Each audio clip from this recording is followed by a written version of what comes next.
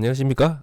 황순일입니다. 오늘은 제가 조금 이 학회에 참석했습니다. 이 뭐 학회라기보다는 조금 우리 그 이번 이 위례 신도시에 있는 상월선언 천막결사가 시작되어 가지고 어떤 이 상월선언 천막결사가 가지는 의미에 대해서 한번 생각해보는 어떤 그런 학회에 발제를 하게 돼가지고 제가 이 그 직접 가서 이 발제를 하고 그 다음에 아주 많은 분들이 이제 참여해서 이 각기 이 상월선언의 의미에 대한 논평을 해주셨습니다. 그래서 제가 직접 이 카메라를 들고 가서 찍기는 찍었는데 중요한 건 제가 이 모든 분들을 다 찍었어야 되는데 그렇게 하지는 못하고 이 사정이 되는 대로 어떤 이 한번 찍어봤습니다. 그래서 정덕 스님, 동국대학교 선악과의 정덕 스님께서 이제 사회를 봐주시고 그 다음에 제가 발제를 하고 그 다음에 우리 동국대학교 이 사회과학대학 경제학과의 송일호 교수님, 지금 현재 이제 동국대학교 불자 교수의 회장님으로 계신데 송일호 교수님께서 이제 이 상월선언에 대해서 의견을 말씀해 주셨고, 그리고 이 그 법보신문의 논설위원이자 편집필위원으로 계신 이병두 선생님께서 이 상월선언에 대해서 이제 평을 해주셨습니다. 그래서 요 전체를 제가 하나로 묶어서 한번 이 그 말씀을 드려볼까 하고 이렇게 준비를 했습니다. 상월선언 제가 한 2주 만에 다시 갔는데 모습은 여전하고 여전히 미륵 부처님께서 저희들을 일행들을 이렇게 반갑게 맞이해 주셨습니다. 그리고 천막결사 현장은 여전히 전혀 변함없이 이 무문관 형태로 안에서 아주 투철하게 묵은 수행정진이 진행되고 있었고 아주 많은 사람들, 제가 2주 전에 찍은 사진인데 이번에 가도 대충 이렇게 비슷했고 뒤에 있는 아파트는 조금 더 이제 위로 올라온 그런 모습을 볼 수 있었습니다. 우리 이 상월선언의 이 그 학회 현장입니다. 뒤에 보시면 우리 하엄사 부처님이 계시고 중앙에 제가 있고 옆에 지금 계신 분이 정덕 스님이고 그 옆에 계신 분이 이제 김홍철 교수님, 그리고 이 스님 두 분이 계신데 다 잘 아시는 자현 스님, 해명 스님이 이제 옆에 계십니다. 그리고 아주 많은 분들이 아주 뜨겁게 이 학회 현장을 찾아서 경청해 주시고 의견을 개진해 주시고 하시고, 지금 여기 보시면 많은 분들이 나오셔가지고 이 상월선의 의미에 대해서 한마디씩 해주는 아주 그런 의미 있는 어떤 그런 장소, 이 학회가 되었다 이렇게 제가 생각하고, 어떤 준비라든지 이 다양하게 이게 참 쉽지 않았는데 전체적으로 아주 잘 돌아간 그런 학회였다고 이제 저는 생각하고 있습니다. 먼저 이제 정덕 스님께서 우리 이 상월선언 학회의 사회를 보시면서 참가자들을 쫙 이렇게 한번 소개를 해주시고, 그리고 이제 이 참석하신 분들의 프로필이라든지 참석하신 분들이 어떤 의미를 가지고 있는지에 대해서 먼저 이렇게 소개를 쭉 한번 해주셨습니다.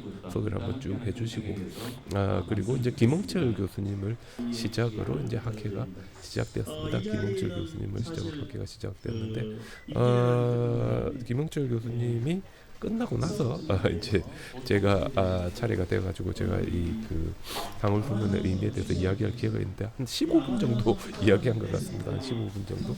그래서 제가 발표하는 부분은 같이 한번 들어보는 것으로 하고, 제가 발표하는 부분에 대한 내용을 중요한 내용들을 보여드리는 그런 방식입니다. 다음은 벌써 부다정신의 근원적 지평을 향한 불교 의지라는 제목으로 황순일 교수님의 발표를 듣겠습니다.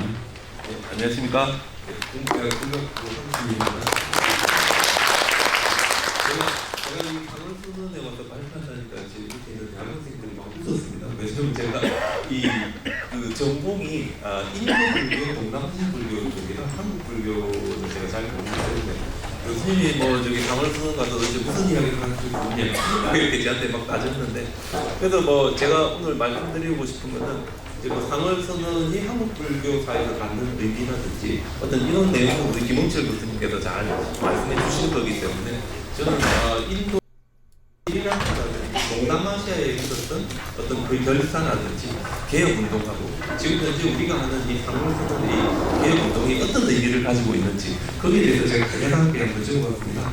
나눠드린 옥상들 15페이지인데 있는데 보통 우리 불교에서 뭔가를 계획한다면 두 가지입니다.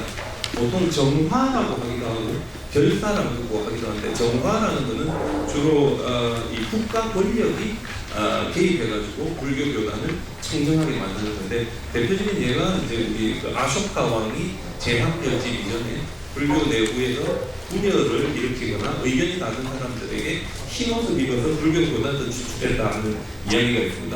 그래서 이게 이제 대표적인 게 정화 같은 케이스가 되고, 우리나라 같은 경우에 제가 생각했을 때 제일 마지막에 있었던 거는 보통 우리 법난이라고 합니다. 80년대 초반에 있었던 그게 이제 대표적으로 이제 정화라고 할 수 있습니다.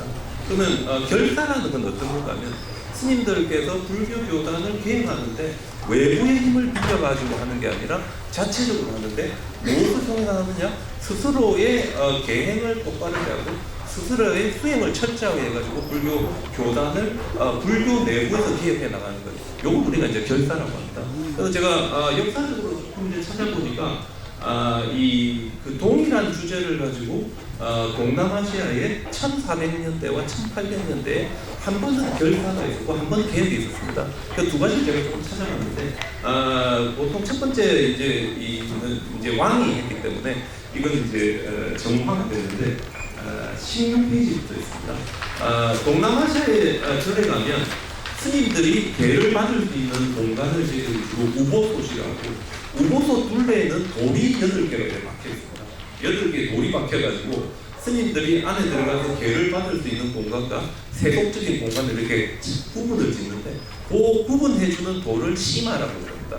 그런데 이 시마가 보통 우리 율장이나 율장 주석사에 보면 땅속으로 1.5m 이상 박혀야 제대로 시마가 만들어지고, 제대로 그렇게 시마가 만들어져야 그 안에서 비구계를 받은 스님들은 올바른 스님이 된다라고 이렇게 이야기했는데, 우리 1400년대 후반에 미얀마의 왕이 된 담마젤이라는 분이 보니까 시마의 깊이가 한 30cm밖에 안 되니까 30cm 깊이에 있는 시마에서 비구계가 받은 스님들은 전부 다 가짜다.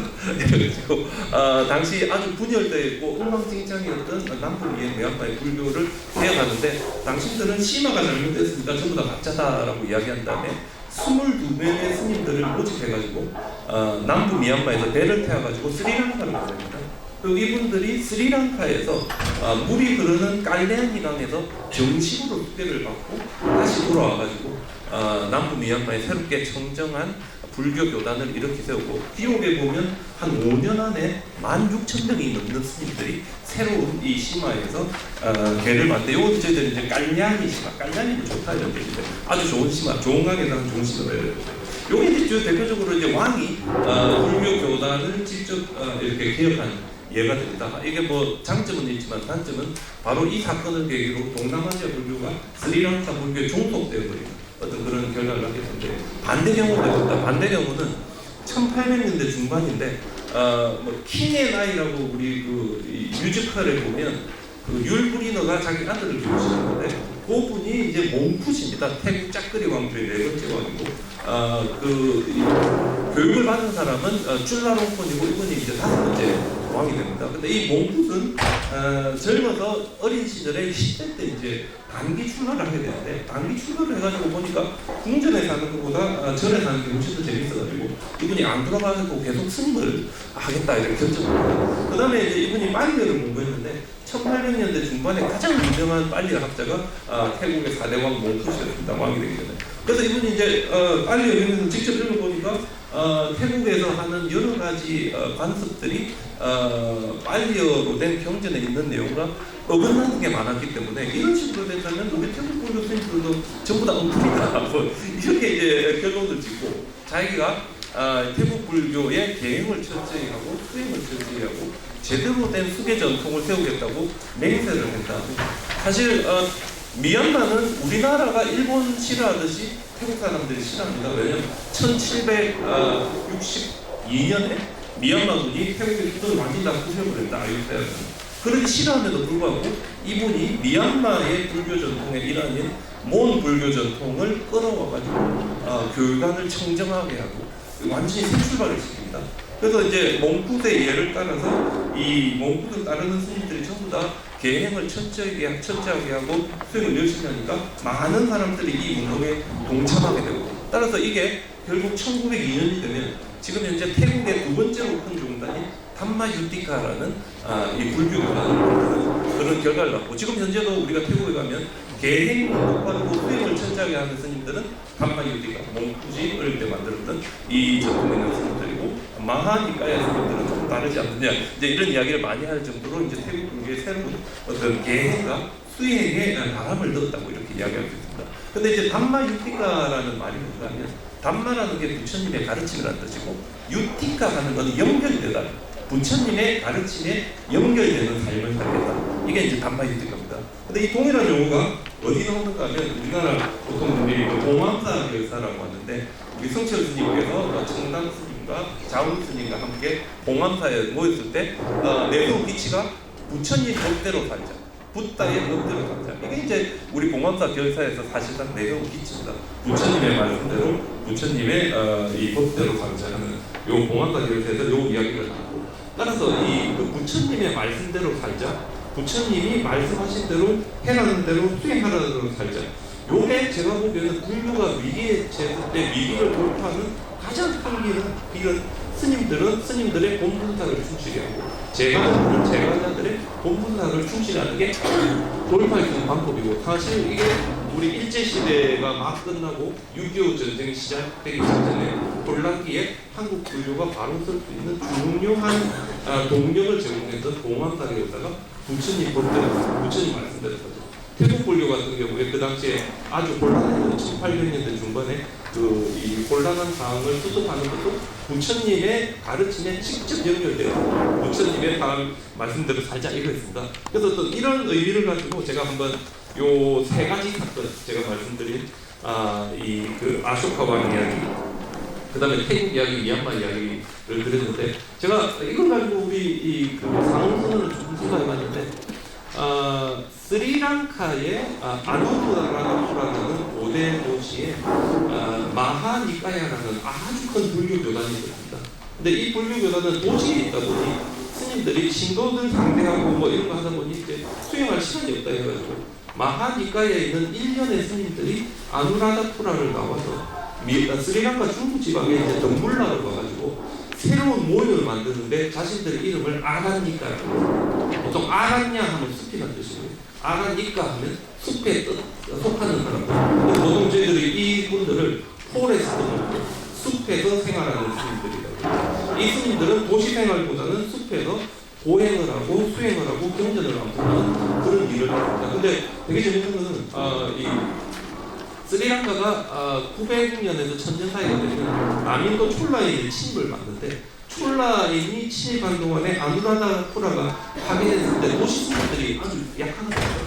그래서 그 남인도 촐라인들이 물러나고 나서 스리랑카가 다시 독립했을 때 스리랑카 불교 전체가 아라니카를 중심으로 통합이 되고, 바로 이 아라니카를 중심으로 통합된 불교가 오늘날의 동남아시아, 태국, 미얀마 이런 쪽으로 캄보디아, 라오스 쪽으로 흘러가서 사실상 오늘날의 남방불교의 뿌리는 우리가 아라니카다, 숲속불교 전통이다 아주 그런 중요한 어떤 이 스님들의 결사가 되는데, 제가 생각해보니까 우리 이 상월선언은 이 숲속불교 전통을 현대적으로 도시적으로 이렇게 옮겨놓은 거예요. 사실 우리 오랫동안 우리 한국 불교는 도시는 포기하고 깊은 산 속에 가서 이제 수행한다 하는 어떤 공식같이 있는데, 바로 그런 공식과 같은 패러다임을 과감하게 극복하고 우리 숲속에서 정말 우리가 할 수 있는 거를 똑같이 우리가 도시에서 하겠다.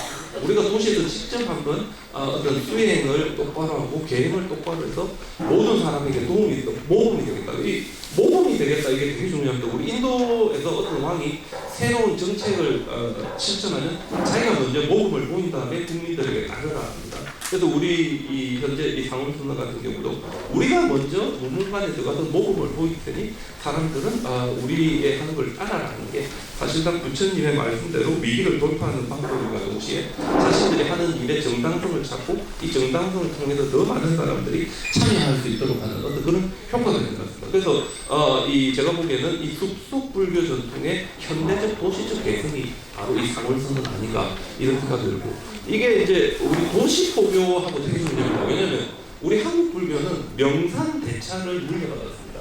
정말 아무도 안 해도 그냥 살 수 있는 든든한 유산을 물려받았지만 너무 우리가 거기에 집착하다 보니 어떤 도시라든지 신도시라든지 상당히 좀 거리를 두어갖고 그러다 보니 이 다들 아시겠지만 우리나라의 인구는 계속해서 도시와 함께 도시로 가는데 사찰은 함께 도시로 많이 나가지 못했거든요. 사실상 도시의 주도권은 저희들이 타종부에 이미 다 내어준 상태에 속아지는 이제 저희들이 요즘 와서 제가 신도시 포교라든지 요즘 와서 제가 도시 포교 이런 이야기 이제 제대로 듣고 있습니다. 그래서 더 이상 우리가 옛날같이 도시는 포교 이 깊은 명산 대첩에서 수행 이런 패러다임을 과감하게 버리고 이 상황에서는 도시 한가운데에서도 우리가 충분히 수행을 하고 도시 한가운데에서도 충분히 우리가 계획을 철저하고 수행을 하는데 모범을 보이며 사람들이 따를 수 있도록 하겠다는 어떤 새로운 패러다임의 전환이 바로 이 상월선언에서 나타나는 거 아닌가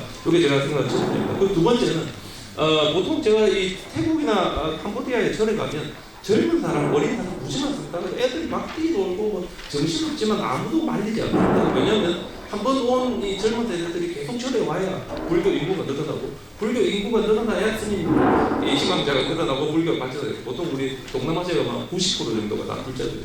근데 우리나라는 이제 절에 가면 이 애들이 막 뛰놀고 그러면 스님도 수행하는데 뭐 우리 이런 식으로 못하겠다. 그래서 그 상월선언에 대해서 조금 이런 비판적인 견해를 가지신 분들은 스님들이 지금 천막에서 수행하는데 앞에서 각설이 가려고 부르고 노래를 하고 이게 뭐냐고 이런 이야기 많이 하는데 초기 경전 그 어디를 찾아봐도 스님들을 수행하니까 주변에 있는 사람들이 조용해야 된다 입학처럼 이런 얘기 전혀 안 나옵니다. 수행은 스님들의 본분사고 어떠한 어려움이 있더라도 자기 자신 이걸 극복하고 하는 게 수행입니다. 그리고 제가자들의 할 일은 저희들이 짠도 반자야 나야카라고 그러는데 불교 교단이 지속되기 위해서는 스님들이 머물 수 있는 장소와 음식과 의복과 약품을 공급하는 게 제가불자들의 일입니다. 그래서 제가불자들은 불교교단의 짝두바짜야 다야카 이 네 가지를 계속해서 공급하면 스님들이 이 제가불자들에게 여기에 대한 공덕을 줘요. 바로 이 공덕이 쌓이면 저희들이 이제 미래에 복 받게 되는 거고 죽은 다음에 천상대교에 지옥에 가지 않는데 이게 이제 보통 우리 동남아시아 불교의 공식입니다. 그래서 양쪽이 서로 이렇게 상호 보완적인 관계가 만들어져요. 사실 오랫동안 우리 한국 불교의 상황을 보면 스님들의 수행은 아주 깊은 산속에 선언했어요. 그 제가자들은 선언 본체도 가지 못했기 때문에 스님들의 수행과 제가자들의 보시가 만날 수 있는 연결고리가 사실은 떨어진 채로 상당히 오래 있었습니다. 제가 상월선언을 보면서 느낀 것은 바로 이 제가자들의 보시와 제가자들의 의무가 스님들의 수행이 바로 요 앞에 있는 요 야단법석이라는 이 공간에서 하나를 만난 거 아닙니다. 이게 우리 불교, 한국 불교사의 아주 드문 일입니다. 근데 이제 비슷한 사례가 이제 태국에 있었는데, 태국의 1800년대 후반부터 1900년대 초반까지 북속 불교 전통을 방콕이라는 대도시에 정착시킨 유명한 스님이 있습니다. 부타다사 스님이라고. 이분은 수행에 들어가면 진짜 유명하신 분이었지만, 이분이 제일 좋아하는 이야기가 담마 테이먼트라는 얘기입니다. 담마는 부처님의 말씀이고 테이먼트는 엔터테인먼트니까 부처님의 말씀을 너무 어렵게 배우는 게 아니라 우리가 즐기면서 보통 사람들이 즐기면서 아주 흥겹게 부처님이나 불교를 받아들이자 이게 이제 담마 테이먼트고 이런 이야기를 많이 했습니다. 그래서 제가 요 부타고시아 스님 이야기를 생각하면서 강을선을 생각해 보니까 이거야말로 메디테인먼트 아닌가. 메디는 이제 메디테이션 명상이고 테인먼트는 엔터테인먼트. 왜 명상이 다들 조용하고 조용하면서 다들 이렇게 떠나가야만 명상이 가능한가? 사실은 그게 아닙니다. 명상 자체가 그 스님들의 능력을 통해서 모든 이걸 극복하고 할 수 있어야 그게 진정한 명상이지. 우리가 한다 가가지고 조용하게 만들어가지고 하십시오. 이거는 그 유기천장 속에 가두는 것 비슷한 뭐 그런 거 아닌가 하는 생각이 들고. 그래서 사실상 우리 요 강을 쓰는 요 야단법석의 장은 우리 한국 불교 최초로 명상과 엔터테인먼트가 결합되어 가지고 명상하는 스님들과 명상하는 스님들 도와주는 외보대들과 그리고 제가자들이 사실은 하나로 연결돼요. 양자가 서로 공덕을 나누고 명상을 하는 의지를 나눌 수 있는 공간으로 사실상 태어난 거 아닌가 이런 생각합니다. 그래서 제가 간단하게 앞으로 이 방울선언이 나아갈 방향은 누가 뭐래도 도시보교입니다. 도시보교. 바로 이 도시보교는 우리 옛날 같으면 그 직접 보는 것도 중요하겠지만 지금 현재 방울선언에는 이 유튜브도 하고 있고 우리 밴드도 하고 있고 카톡도 하고 다양한 이 수단들을 사용해가지고 우리 하고 있다. 이것도 우리 한국 불교 최초입니다. 왜냐하면 우리 보통 이 지금 현재 시대를 초연결 시대다. 이 전화기 가지고 모두가 다 연결되고 정치적으로 어떤 일이 있을 때 우리가 다 결과를 볼 수 있는데 바로 이 상월선언에서 하는 이 천막 결사에 대한 정치적인 반응을 모두가 함께하고 모두가 소통하고 모두가 같이 나누기 때문에 어떤 이런 게 훨씬 더 새로운 시대에 맞는 어떤 그런 방식인가 동시에 바로 이곳이 지금 이 앞에 보면 아파트가 엄청 많이 들어오겠지만 우리 한국 불교가 새로 개척해야 될 영토입니다. 신도시, 외지도시. 바로 이 도시로 나가는 든든한 터전이 바로 이 상월선언인데 간단하게 이런 말씀드립니다. 감사합니다. 예, 제가 조금 뭐 간략하게 상월선언 천막결사의 역사적인 의미를 조금 우리 스리랑카 불교라든지 이 동남아시아 불교와 조금 관련해 가지고 어떤 의미를 지는가. 그 중요한 거는 우리 그 남방에서도 종단 개혁을 위한 노력이 있었지만 우리 남방은 개혁을 할 때 어떤 이 그 보통 저희들이 우리 이야기할 때 내용이 중요한가 형식이 중요한가 절차가 중요한가 아니면 어떤 그 중간중간에 단계가 중요한가 했을 때 동남아시아 같은 경우는 이제 예법 내지 그 내용보다는 절차, 내용보다는 형식이 중요했습니다. 씨마가 제대로 됐느냐 안 됐느냐를 가지고 이제 제대로 된 스님인가 아닌가를 판단했는데 사실 이 부분은 우리나라 한국 불교가 가지고 있는 강점인데 한국 불교는 이게 제대로 됐느냐 안 됐느냐 스님들이 제대로 하느냐 안 하느냐는 항상 지들이 그 얼마나 오래 이 선방에 갇혔느냐 몇 안글을 하셨느냐에 따라서 스님들의 어떤 일종의 위계 질서가 만들어질 정도로 우리나라는 이 선수행을 중심으로 어떤 이 사찰에 어떤 질서가 잘 잡혀 있는 아주 드문 제대로 만들어져 있는 불교라고 할 수 있습니다. 그래서 어떤 이런 내용을 중심으로 우리 불교가 진정으로 이제 개혁에 나섰다. 스스로 개혁에 나섰고 어떤 이게 이 기존의 이 명산 대찰 중심에서 도시로 우리 한국 불교가 나올 수 있는 중요한 계기가 된 게 아닌가라고 이제 제가 조금 이렇게 이야기해봤습니다. 먼저 여기에 대해서 우리 동국대학교 불자교수 회장이시고 동국대학교 사회과학대학 경제학과 교수로 계시는 우리 송일호 교수님의 상월선언에 대한 단상을 한번 들어보도록 하겠습니다. 한번 송일호 교수님 말씀드리겠습니다.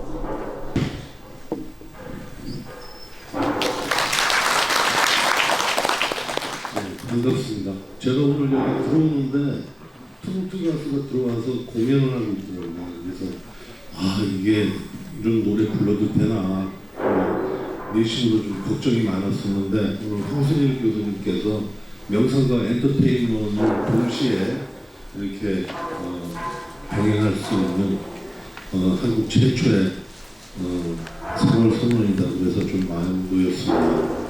저는 조계종 중립대학의 동국대학교죠. 동국대학교의 불자 교수회장을 맡고 있습니다. 저는 불교를 학문적으로 연구하고 있지 않고 경제학을 가르치고 있습니다.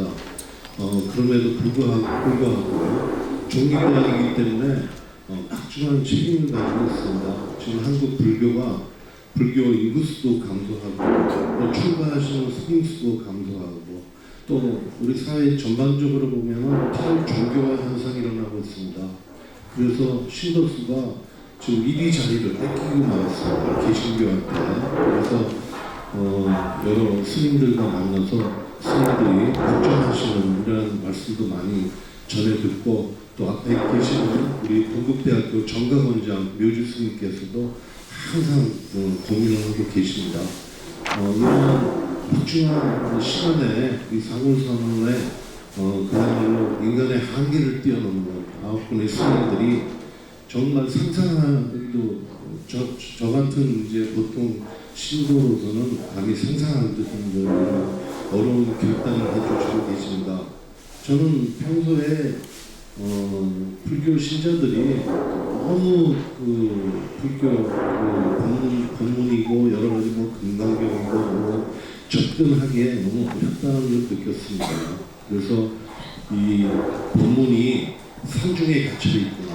또 스님들이 궁전 속에서만 갇혀 있다 보면은 일반인이 접근하기 상당히 어려운 점이 있지 않나 이런 생각을 했는데 오늘 또 두 분의 발제하신 교수님들이 생활불교 또 도심에서의 불교 이런 걸 통해서 다각적으로 접근을 하다 보면은 우리 불교가 옛날의 명성을 되찾을 수 있는 기회가 되지 않을까 이렇게 싶습니다. 그래서 이 9분의 스님들이 건강하게 회양하시고 또 그 안교가 끝날 때 또 저희가 훌륭하신 법문을 기대할 수 있을 것 같습니다. 그래서 아까 또 김웅철 교수님께서도 일회성에 끝마치면 안 된다. 또 우리 교불 회장님이신 김성규 회장님께서도 절대로 이것이 일회성에 그치지 말자고 말씀하셨는데 저도 매우 동감을 하고요. 이 안교가 결사가 끝나는 시점에 맞춰서 스님들의 뭐 결사 일지라든가 방문이라든가 이러한 것을 좀 출간을 해서 부대외적으로 우리가 이렇게 널리 알린다면은 우리가 앞으로 한국 불교의 발전에 조금이라도 도움이 되고 우리 마음가짐도 다잡게 되는 기회가 되지 않을까 이렇게 생각합니다. 선물하십시오. 감사합니다.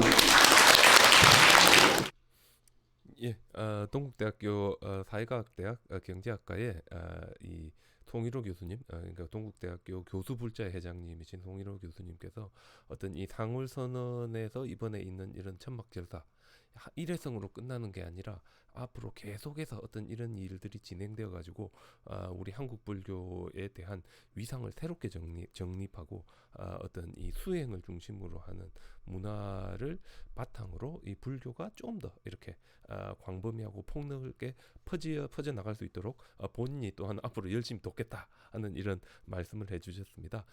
다음은 우리 법보신문의 지필위원이시고 이 옛날에 우리 향산이라는 이름으로 아주 많은 신문과 칼럼에 글을 많이 남겨주시고 우리 불교계에 살아있는 산증인이다라고 할 수 있는 우리 이병두 논설위원님의 평을 들어보도록 하겠습니다.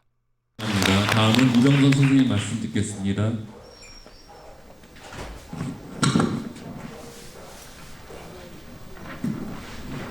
예, 저는 이병두라고 합니다. 한마디 선언을 우리는 분위기가 가라앉아 있는 것 같습니다. 좀 원래 앉아서 말씀드려야 되는데 선생님이 일어서서 하시기 시작하면 다 그래서 저는 이런 불리한 조건이 많은 사람입니다. 다른 건 없고요.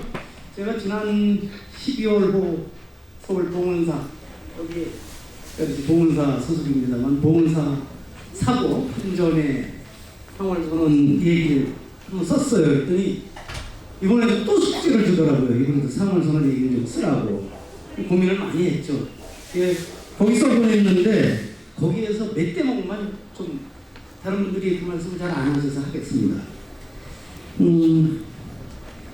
중요한 건 그동안 이번 결사도 과거에 부처님의 출발도 그렇고 대승불교 운동도 그렇고 고려 시대 모든 결사, 봉암사 결사 실은 안을 향한 것이었습니다. 박계에 대한 요구가 없었습니다. 제가 이번에 상월선언 결사에 주목하는 게 바로 우리 안을 향한 요구다. 2008년도 이명박 정권 시절에 딱 밖에다 대고 소리지르고 이러고 있지 않았습니까? 일정한 요건이 있었어요. 근데 이제 이번 상월선언 결사는 가장 중요한 게 우리 내부를 향해서 목소리를 내는 거예요. 또 뭐 해라 이런 것도 없습니다. 우리가 이렇게 하겠다만 보여주고 계신 거예요. 그래서 저는 말을 잘 못하니까 읽겠습니다. 중간입니다.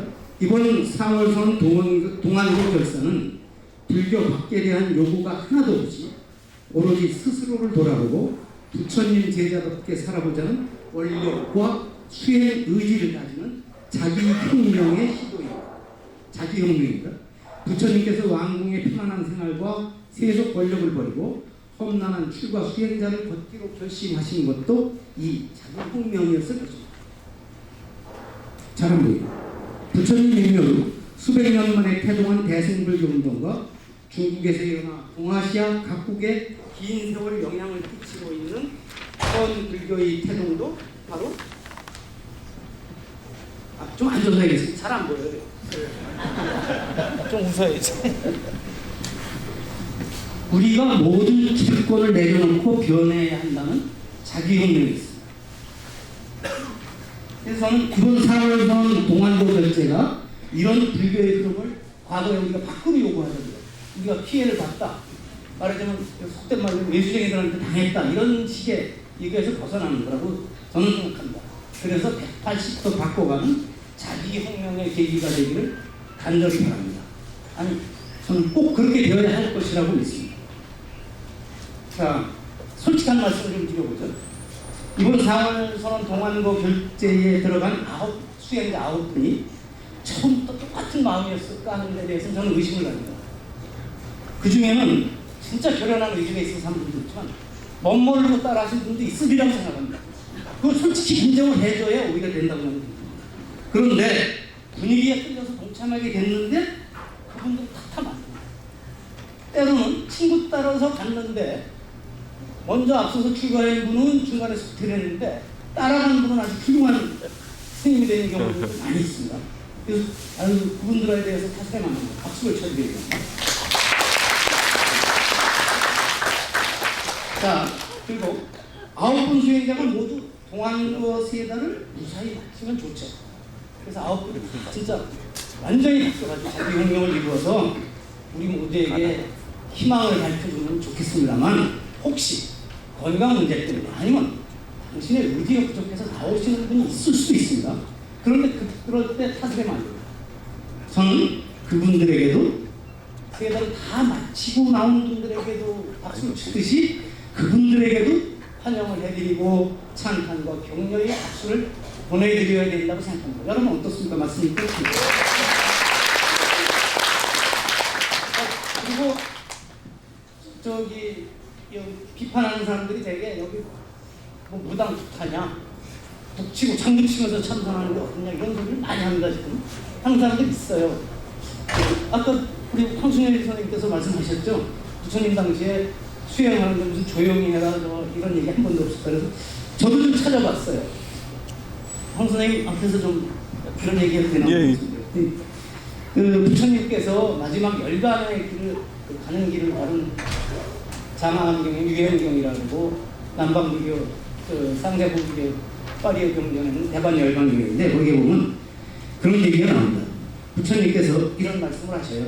어떤 사람이 자기 옛날 스승은 수레 500대가 지나가도 모르고 말하자면 수행을 했다는데 부처님께서 그 대응만 하겠습니다.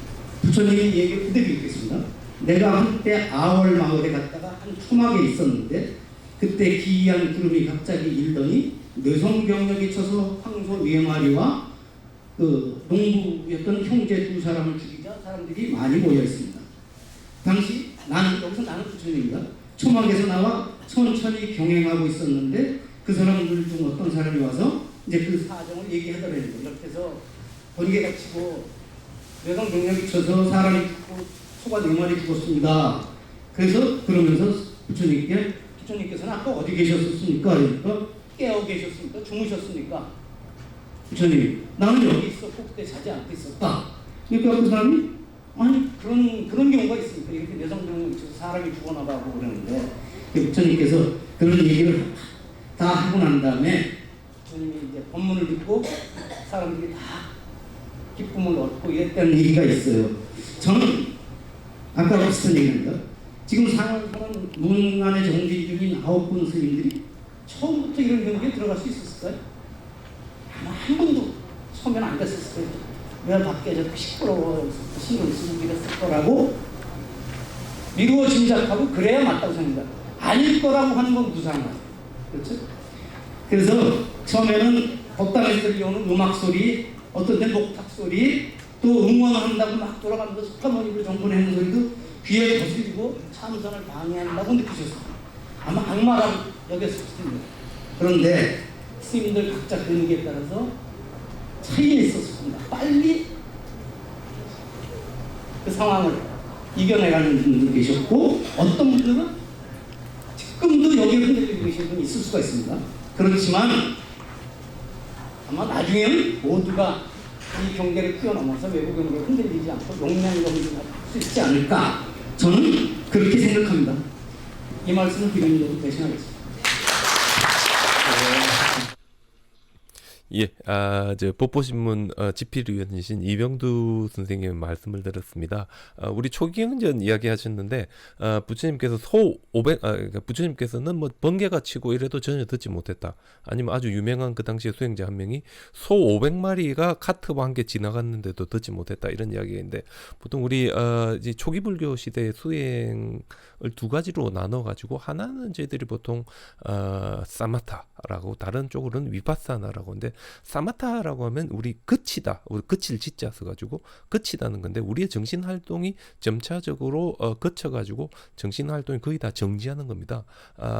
어떤 이런 정신 활동이 우리 정지한다고 했을 때 이 정신 활동이 정지하는 것에 있어서 이제 가장 우리 그 대표적인 어떤 그런 사례를 들 수 있다면 그게 이제 뭐가 되는가 하면 이 자이나가 됩니다. 완벽하게 우리가 정신 활동을 정지시켜 가지고 밖에서 무슨 일이 일어나는지 전혀 듣지 못한 어떤 그런 내용들도 이제 불교 경전 안에 이렇게 들어와 가지고 500마리가 지나가서도 전혀 몰랐다 하는 이제 이야기가 나오기도 하고 아니면 그 또 하나 이제 우리 수행 방식보다 위파사나라고 하는데 위파사나는 뭔가 하면 우리의 마음을 아주 우페카 평정하게 유지시켜서 외부에서 어떤 자극이 들어오더라도 우리가 전혀 거기에 대해서 반응하지 않는 그러니까 소 500마리가 지나간다고 했을 때 엄청난 소리와 엄청난 광경이 앞에 벌어지겠지만 전혀 겁먹지 않고 자기 자신의 생각을 끊임없이 이어가면서 통찰을 이어나가는 것 이게 이제 위파사나가 됩니다. 그래서 우리 사마타나 위파사나나 공이 동일하게 주변에 있는 상황에 따라서 우리가 그거에 민감하게 반응을 하는 게 아니라 주변의 상황과 전혀 상관없이 자기 자신을 돌아보고 자기 자신의 내면으로 자기 자신의 안으로 들어가는 겁니다. 따라서 저는 이 상울선언 천막결사의 야단법석이 이 뭐 문제가 있다 도대체 이게 뭐 하는 짓이냐라고 이야기하는 분들이 있겠지만 제가 보기엔 전혀 문제가 없다. 그리고 이것이야말로 정말 진정으로 제가와 출가 제가와 승가가 하나가 될 수 있는 공간이고 우리 한국만의 아주 독특한 방식으로 어떤 이 그 무문관 천막 결산 무문관에 있는 스님들이 수행을 할 때 이 스님들을 도와주는 외호 대중들과 이 천막 결산하는 분들을 응원하면서 보시를 해서 공덕을 쌓으려는 이 제가자들이 진정으로 하나가 되어서 어우러질 수 있는 공간이 바로 이 상월선언 천막결사 앞에 있는 요 야단법석이 아닌가 하는 그런 생각을 조금 해봅니다. 오늘은 제가 조금 어저께 있었던 상월선언 천막결사의 역사적인 의미와 가치에 대한 발제를 제가 한번 유튜브로 한번 정리해보는 어떤 그런 시간을 한번 가져봤습니다. 감사합니다.